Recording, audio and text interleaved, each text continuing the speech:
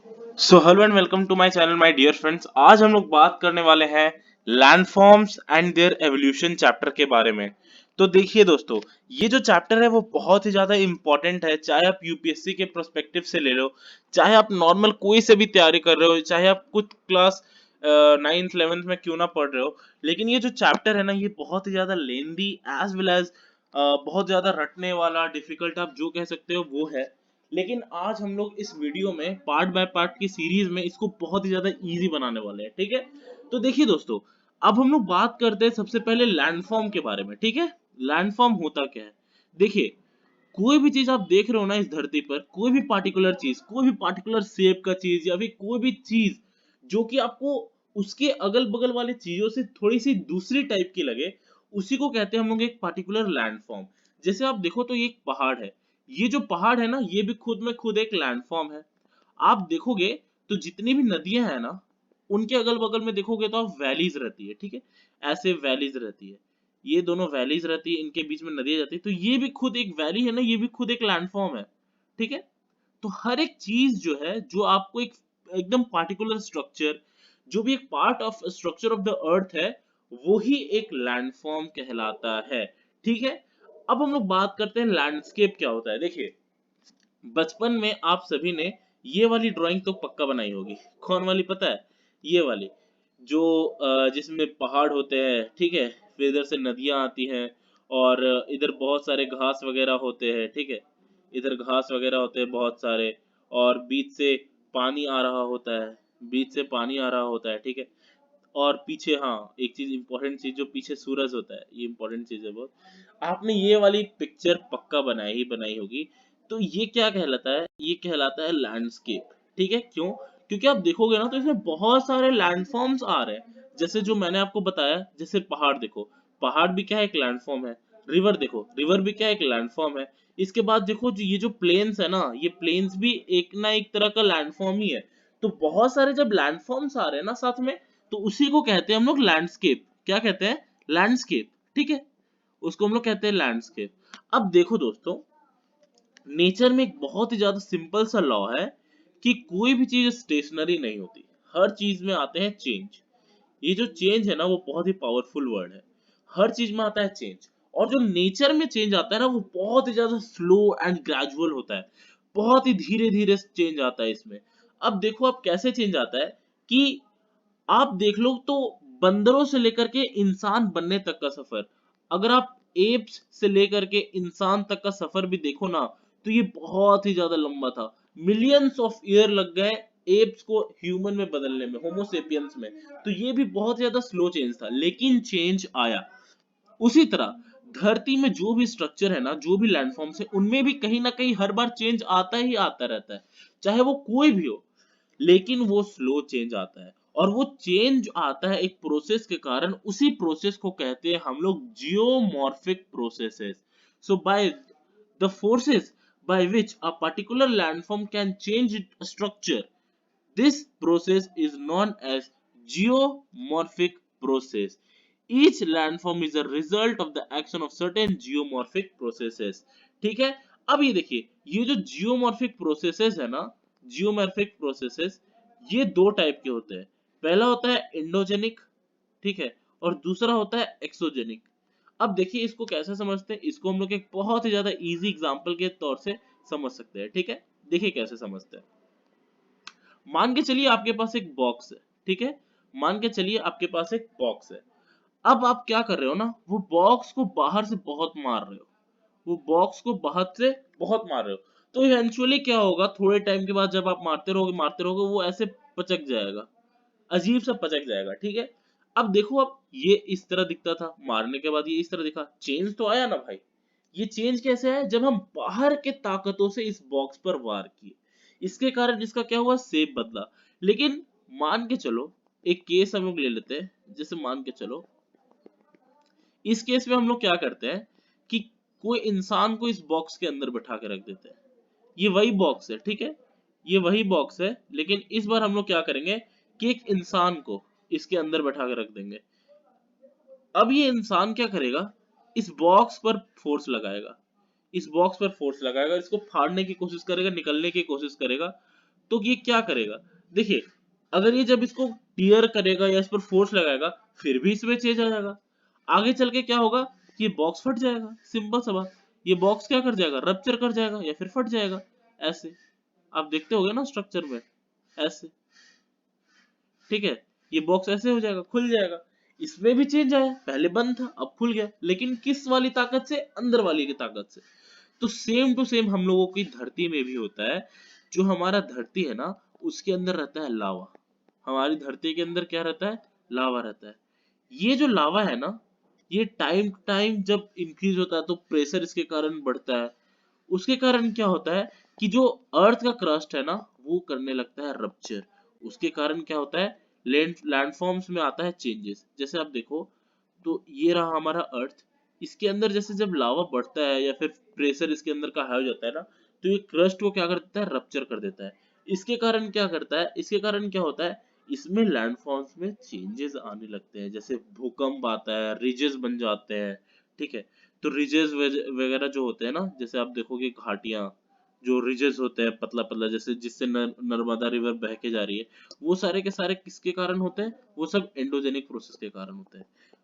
अब देखो एक्सोजेनिक क्या होता है, एक्सोजेनिक होता है बाहर की ताकतें, जैसे आपका मुक्का हो गया, ये बाहर की ताकत, अगर आप किसी बॉक्स को मारो तो आपको जो बॉक्स है ना वो हो जाएगा एक्सोजेनिक चीज, ठीक है। तो जैसे हवा हो गया, ठीक है, हवा हो गया और पानी हो गया, जैसे पानी हो गया, अब देखो जो पानी बह रहा है, या फिर ग्लेशियर हो गया, पहाड़ों के ऊपर जो ग्लेशियर वगैरह होता है, ये सब जितने भी चीज है ना ये होते हैं एक्सोजेनिक फोर्सेस के एजेंट्स, इन्हीं के कारण क्या होता है, बदलाव आता है। जैसे एग्जांपल के तौर पर बहुत ही ज्यादा इजी एग्जांपल है, आप देखो कि बीचेस पर जो बच्चे लोग बीच पर जाते हैं जब, तो वो लोग क्या बनाते हैं, ऐसे रेत के टीले बनाते हैं, ठीक है। बाद में क्या होता है, मान के चलो एक जोरदार हवा आएगा, एक जोरदार हवा आया और ऊपर वाले पोर्शन को हटा दिया, ऊपर वाले पोर्शन को क्या किया, हटा दिया, ये देखो ऊपर वाले पोर्शन को हटा दिया, यहां तक हटा दिया, अब ये कैसे दिखेगा, अब ये जो रेत का टीला है वो कुछ अलग तरह से दिखेगा ना, ये रेत का टीला अब किस तरह दिखेगा, ये रेत का टीला दिखेगा अब इस तरह से। तो देखो इसमें चेंज आया ना, ये रेत का टीला पहले कुछ और दिख रहा था अब कुछ और है, लैंडफॉर्म में चेंज आया, किसके कारण आया, हवा के कारण, हवा क्या हुआ, एक एक्सोजेनिक एजेंट हुआ। तो यही सब यहाँ पर बताया जा रहा है कि evolution landform stages, transformation stages में होता है, बहुत ज्यादा स्लो चेंज होता है, ठीक है। और हर चीज का जो डेवलपमेंट है, जितने भी चेंज हो रहे हैं वो तीन पार्ट में डिवाइडेड होते हैं, होता है वो यूथ, ठीक है। वो कौन कौन से चेंजेस का डेवलपमेंट जो डिवाइड होता है, देखिए वो होता है यूथ, मैच्योर एंड ओल्ड, जिस तरह एक इंसान का तीन पार्ट होता है ना, यूथ, मैच्योर एंड ओल्ड, उसी तरह हर एक लैंडफॉर्म का भी एज होता है। पहला होता है यूथ, उसके बाद आता है मैच्योर, उसके बाद आता है ओल्ड, ठीक है। हर चीज का होता है, जैसे देखिए एग्जाम्पल के तौर पर, जब नदियां जब नदियां पहाड़ों से निकलती है ना तो वो होती है यूथ स्टेज पर, जैसे जो बहुत ही ज्यादा छोटा बच्चा रहता है, यूथ यंग बच्चा रहता है, वो कैसे छटपटाता है, बहुत उछल कूद करता है, नदियां भी उसी तरह जब पहाड़ से निकल के आती है ना, जब पहाड़ से निकल के आती है तो बहुत तेजी से आती है, एकदम जो भी सामने आए उसको हटा देती है, पत्थरों को काट देती है, वैलीज बना देती है, वो आती है उनकी यूथ स्टेज में, ठीक है। जैसे जैसे फिर जैसे जैसे देखिए आप प्लेन्स पर आती है वो शांत हो जाती है, शांत होने के बाद देखिए जब ये प्लेन्स पर आती है ना, ये हो जाती है शांत, और उसके बाद ये घुमावदार स्ट्रक्चर बनाती है, मेंडरिंग करती है, नदियां क्या करती है, मेंडरिंग करती है। जब पहाड़ से आ रही थी तो एकदम स्लोप में आती थी, जल्दी जल्दी आती थी, लेकिन फिर इधर आके क्या की, मेंडरिंग करना स्टार्ट कर दी, और जब जाके ये डेल्टा, जब जाके ये एकदम समुद्र के पास मिल जाती है, जब इनका ओल्ड स्टेज आता है तो ये डेल्टा बनाने लगती है, यानी कि ऐसे छोटे छोटे ट्रिब्यूटरीज में बढ़ जाती है, ठीक है। और जो भी ये चीज होता है ना, इसको हम लोग समझ पाते हैं बहुत ही ज्यादा, जब इसको हम लोग नेकेड आई से देख नहीं सकते कि ये तुरंत नदी यहाँ से आया फिर इधर गया, ये बहुत ज्यादा लंबा प्रोसेस होता है, एकदम टाइम लगता है इसमें, लेकिन आप देखो तो हर एक चीज कितना वेल सिंक्रोनाइज्ड है, ये यूथ स्टेज को दर्शाता है, ठीक है, ये मैच्योर को दर्शाता है और ये ओल्ड को दर्शाता है, तो हर चीज का एज होता है, हर एक लैंडफॉर्म का भी एज होता है, जिस तरह इंसान का होता है ना उसी तरह सबका एज होता है, ठीक है। अब देखिए हम लोग आगे बढ़ते हैं, देखिए कोई भी लैंडफॉर्म बनता है ना तो वो दो तरीके से बनता है, हर एक एजेंट बनाता है, जैसे वाटर भी बनाएगी, हवा भी बनाएगी, लेकिन वो दो तरीके से बनता है। पहला हो गया इरोजन, और दूसरा हो गया डिपोजिशन। जैसे देखिए मैंने अभी आपको एक एग्जांपल दिया था ना, रेत वाला टीला, रेत का जो टीला था उसका एग्जांपल दिया था ना।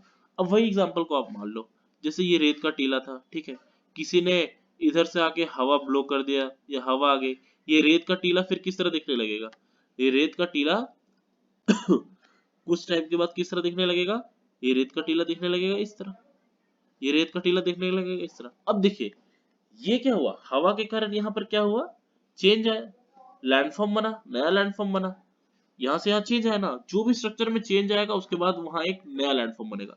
लेकिन भैया यहाँ से जो पार्टिकुलर उड़ के गया होगा वो भी कहीं ना कहीं जाके ऐसे बन गया होगा, एक जमा हो गया होगा, पार्टिकल भी यहाँ तो यहाँ जमा हो गया होगा ना, तो ये भी तो एक नया स्ट्रक्चर बना दिया। इससे जो उड़ के आया ये भी तो एक नया स्ट्रक्चर बना दिया। तो यहाँ हो गया डिपोजिशन, यहाँ क्या हो गया, डिपोजिशन। और यहाँ जो हटा दिया इसी को कहते हैं हम लोग इरोजन, इसको क्या कहते हैं, इरोजन। तो जो भी एजेंट है वो दो तरह से लैंडफॉर्म बनाएगी, एक इरोजन करके एक डिपोजिशन करके, एक हटा करके और एक बैठा करके, ठीक है। बस आप यही याद रखना, जो भी चीज रहेगी वो दो तरह से बनाएगी, हटा करके और बैठा करके। अब हम लोग बात करते हैं रनिंग वाटर से कैसा लैंडफॉर्म बनता है। अब रनिंग वाटर क्या है, एक एक्सोजेनिक चीज है। हम लोग यहाँ पर सिर्फ और सिर्फ एक्सोजेनिक एजेंट्स की ही बात करेंगे। अब देखिए रनिंग वाटर क्या है, एक एक्सोजेनिक एजेंट है, एक्सोजेनिक फोर्स की एजेंट है, जो कि क्या करती है, लैंडफॉर्म्स बनाती है, जो कि क्या करती है, लैंडफॉर्म्स बनाती है। अब देखिए running water is considered as the most important geomorphic agent responsible for the degradation of land surface. Running water can exist as stream, river, in valleys और फॉर्म ओवरफ्लो सीट्स। अब देखिए यहाँ पर क्या कह रहा है, जो रनिंग वाटर है ना वो बहुत ही ज्यादा इंपॉर्टेंट होते हैं। कैसे? क्योंकि लैंडफॉर्म बहुत अलग अलग तरीके से करते हैं। जैसे हवा तो सिर्फ हटा के एक जगह बैठा दिया, जो नदियां होती है ना वो, जैसे ये देखो ये पहाड़ है, नदियां यहाँ से आएगी तो पहाड़ को काटते हुए आएंगी, तो कुछ चट्टान वगैरह सब लेके आएंगी, यहाँ से हट गया यानी कि यहाँ इरोजन वाला हुआ, ठीक है। लेकिन कहीं ना कहीं जाके ये पटकेगी, जो जगह पे ये पटकती है उनको कहते हैं हम लोग डेल्टा, जहां पर बीचेस वगैरह बनता है। तो जहां पर ये पटक दी ऐसे करके, वहां पर क्या हो गया, डिपोजिशन वाला प्लेटफॉर्म बन गया। ये तरीके से, ये तो पहला तरीका था जिस तरह से नदी बनाई। अब देखिए दूसरा तरीका देखते हैं हम लोग। नदी को हम लोग इंपॉर्टेंट इसीलिए मानते हैं ना। देखिए दूसरा तरीका क्या हुआ, जैसे देखिए दूसरा तरीका में देखिए यहाँ पे, जैसे जब नदी आती है ना, तो मान के चलिए कोई लैंड है, ये लैंड के बीच से यहाँ जब नदी बहती है तो लैंड को धीरे धीरे काटने लगती है, धीरे धीरे काटने लगती है। इसको हम लोग अभी आगे समझेंगे। धीरे धीरे काटती है और उसके बाद क्या बन जाती है, वैलीज बना देती है। जैसे ये लैंड के दो टुकड़े हो जाते हैं और इसके बीच से नदी निकलती है, ये भी एक लैंडफॉर्म नया बन गया। पहले तो जमीन एक साथ था, अब कट गया यानी कि चेंजेस आया, चेंजेस यानी कि नया लैंडफॉर्म बना। तो रनिंग वाटर बहुत तरीके से इरोजन करता है और डिपोजिशन भी लाता है, इसके कारण बहुत सारा रनिंग वाटर से लैंडफॉर्म बनता है। इसीलिए रनिंग वाटर से हम लोग देखेंगे तो बहुत सारा लैंडफॉर्म यहाँ पर बना हुआ है, किससे, रनिंग वाटर से, ठीक है। हम लोग इसको आगे जब पढ़ेंगे तो देखेंगे, ठीक है। अभी हम लोग बात करने वाले हैं इसके बारे में, रिल्स, गलीज और वैलीज के बारे में, ठीक है। देखिए इसको हम लोग यहाँ पे समझते हैं। देखिए यहाँ पर क्या लिखा हुआ है, the vigorous and youthful river running water flowing over steep slopes mostly give rise to erosional landforms। अब आप ही बताओ यार, जो पहाड़ से नदियां आ रही होंगी वो तेजी से आएंगी, तो जो तेजी से नदी आएंगी वो जमीन में आएंगी, तो क्या वहां पर जो कंकड़ पत्थर रहेंगे वो और बैठा देंगे? नहीं, वो जो भी कंकड़ पत्थर रहेगा उसको हटा देंगे, जो भी कंकड़ पत्थर वहां रहेगा उसको हटा देंगे और अपने साथ जो मेन रिवर है उसके साथ जो कंकड़ पत्थर रहेगा वो भी चलते जाएगा, कट कट के चलते जाएगा। तो ये क्या हुआ, ये हुआ इरोजन। ये क्या हुआ, ये हो गया इरोजन। तो जो भी रनिंग वाटर रहती है ना, जो यूथफुल स्टेज में रहती है, वो क्या करती है, इरोजनल वाला लैंडफॉर्म करती है, इरोजनल वाला लैंडफॉर्म करती है, ठीक है। वो क्या करती है, इरोजनल वाला लैंडफॉर्म करती है। जैसे कि मैंने अभी बताया, जब नदियां पहाड़ से निकलती है वो यूथफुल स्टेज में होती है, वो क्या करती है, इरोजनल वाला लैंडफॉर्म करती है। अब यहाँ पर देखिए क्या लिखा, with time stream lose their velocity due to continued erosion, turn gentler therefore facilitate active deposition. और जब प्लेन्स पर आती है धीरे धीरे, जब मैच्योर होती है तो वो शांत हो जाती है। उसके बाद जितना उन्होंने लाया था कंकड़ पत्थर वो सब धीरे धीरे क्या करने लगती है, वो सब जमा करने लगती है। ठीक है, जैसे जो नदी था अब वो क्या करने लगेगी, जमा करने लगेगी।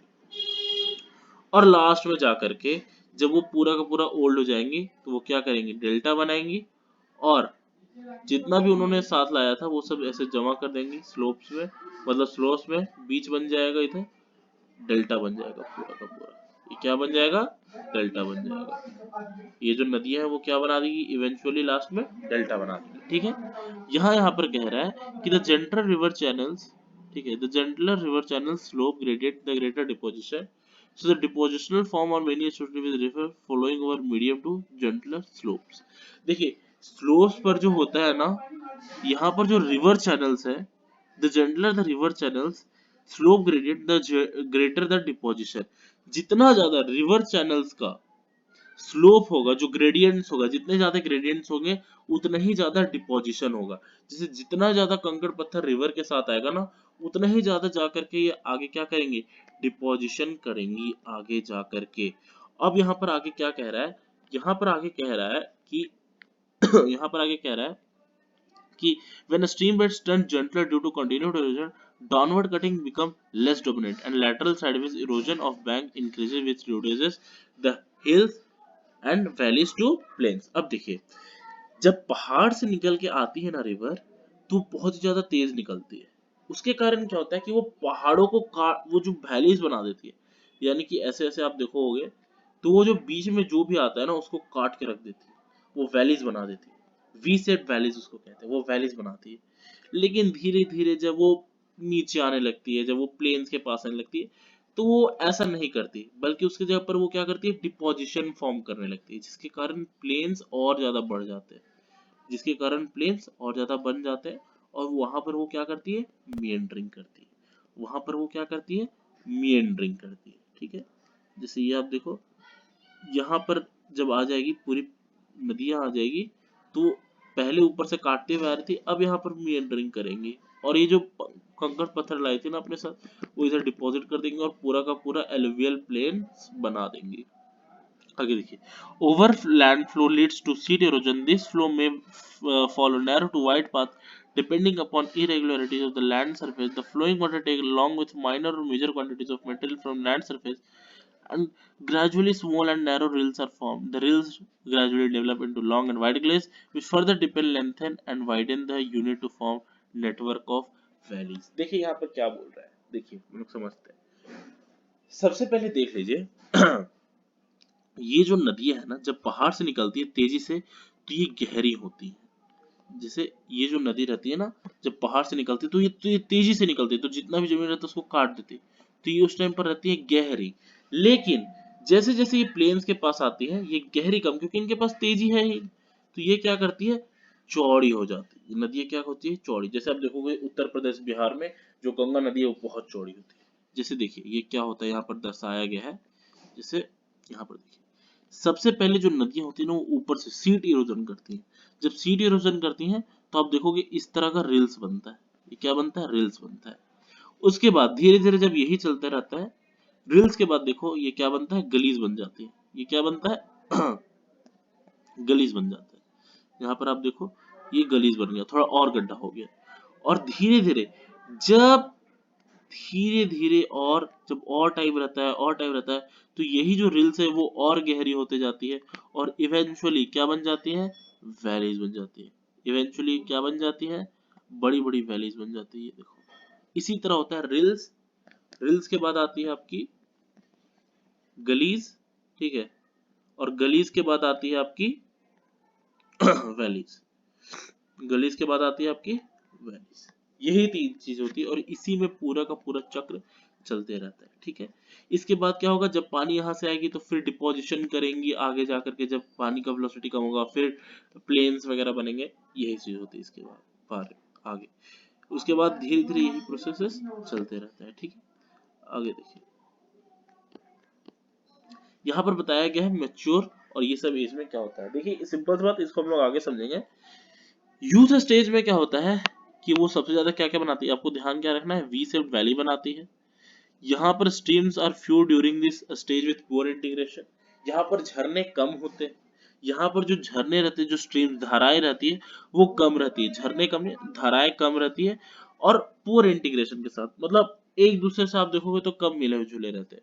The valleys have no flood plains और narrow flood plains along trunk streams. यहाँ पर फ्लड प्लेन्स नहीं बना रहता है क्योंकि पहाड़ वगैरह से आती है, तो वो क्या करती है, वो वर्टिकल इरोजन करती है, लैटरल इरोजन नहीं करती है, यानी कि वो गहरी बनाते जाती है, वो फैलती नहीं है, वो गहरी बनाती है। A stream divides are broad with flat with marshes, ठीक है, swamps and lakes। उस टाइम पर क्या होता है कि जब जो भी स्ट्रीम्स यानी कि नदियां रहती है ना, धाराएं रहती है, वो थोड़ी दलदली बना, जैसे जितना ज्यादा वो अपने साथ डिपॉजिट से लेके आएगी ना, सेडिमेंट्स लेके आएगी, उतना ज्यादा स्वाम्पी वहां का इन्वायरमेंट हो जाएगा। वाटरफॉल एंड रैपिड में exist where local hard rock bodies are exposed. जहां कहीं भी हार्ड रॉक बॉडीज वगैरह रहती है, वाटरफॉल वहां थोड़ा थोड़ा बनता है, में एग्जिस्ट कर सकता है यूथफुल स्टेज में। लेकिन मैच्योर स्टेज में देख लो आप क्या होगा, लैटरल इरोशन ज्यादा होगा, ठीक है। स्ट्रीम फ्लो इन मिएंडर्स, जो स्ट्रीम रहेगी, धाराएं बहेगी नदियों की, वो मिएंडरिंग करते जाएगी, ऐसे ऐसे होगी, घुमावदार रहेगी, ऐसे कैसे रहेगी, ऐसे घुमावदार रहेगी, ऐसे मिएंडरिंग करते जाएगी, और ये फैलेगी, गहरी नहीं होंगी, फैलेगी, ये लैटरल इरोजन ज्यादा करेगी, यानी कि इधर इधर वाली इरोजन ज्यादा करेगी, नीचे वाली कम करेंगी, नीचे वाली यूथफुल स्टेज में करेगी। स्वाम मार्सेस, जो दलदली क्षेत्र है, स्वॉम्प्स है, वो डिसअपियर हो जाएगा, क्योंकि जो डिवाइड है ना वो शार्प हो जाएगा, यानी कि वो फैल जाएगा, वो और गहरी नहीं, इसमें डिपोजिशन कम होगा, इसमें इरोजन कम होगा, डिपोजिशन ज्यादा होगा। वाटरफॉल एंड रैपिड डिसअपियर, यानी कि जो वाटरफॉल्स होंगे ना वो यहाँ पर कम हो जाएंगे। वाटरफॉल्स कहाँ पर ज्यादा होंगे, वाटरफॉल्स यहाँ पर आपको ज्यादा दिखेंगे, क्योंकि नदियां क्या होती है, तेजी से आती है, तेजी से आती है, इसके कारण क्या करती है कि नीचे का जो रॉक रहता है ना उसको छेद देती है, उनके कारण यहाँ पर वाटरफॉल्स बनता है, ठीक है। तो ये यूथफुल स्टेज में होता है, मैच्योर स्टेज में ऐसा नहीं होगा। अब देखिए ओल्ड स्टेज में क्या होगा, ओल्ड स्टेज में फ्लड प्लेन्स और वास्ट हो जाएगा, नेचुरल लीवीज बनेंगे, ऑक्सबो लेक्स बनेंगे, इसके हम लोग आगे समझेंगे ये सब क्या होता है। ये उस टाइम पर स्वॉर्म्स मार्सेस बनाएंगे, क्योंकि उस टाइम पर पूरा डिपोजिशन कर देंगे, अपने लास्ट फेज में होंगे तो सारा का सारा डिपोजिशन कर देंगे उस टाइम पर। यहाँ पर डेप्थ बहुत कम हो जाएगा, क्योंकि ये वर्टिकल एरोजन ना के बराबर करेंगे, ठीक है। और मोस्ट इंपॉर्टेंट चीज यहाँ पर क्या बनेगा, डेल्टास बनेगा, यहाँ पर क्या बनेगा, डेल्टास बन जाएगा लास्ट वाले एज में। तो ये था हमारा वीडियो आज का, ठीक है। अगर आपको अच्छा लगा होगा तो आप लाइक सब्सक्राइब एंड शेयर जरूर कर दीजिएगा। मिलते हैं इसके पार्ट 2 में, पार्ट 2 में हम लोग इसको कंटिन्यू रखेंगे। Thank you.